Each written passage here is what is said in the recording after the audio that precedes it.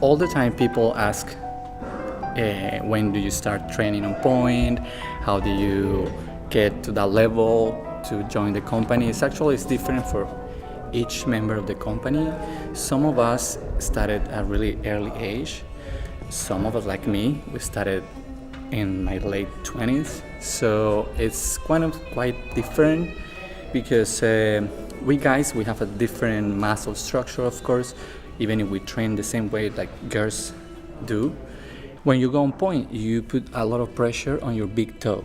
So you have to be careful and protect this area because it tends to prone to forward and it has to be like straight.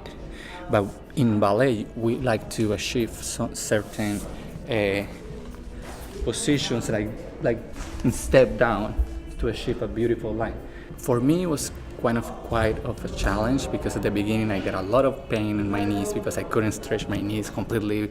Just wanted to go up and turn and do whatever on Pointe, whatever I can do.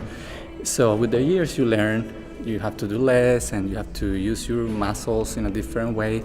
So that's the big challenge, I think, when you join Trockadero, to adjust what you have, your training, into the Pointe work.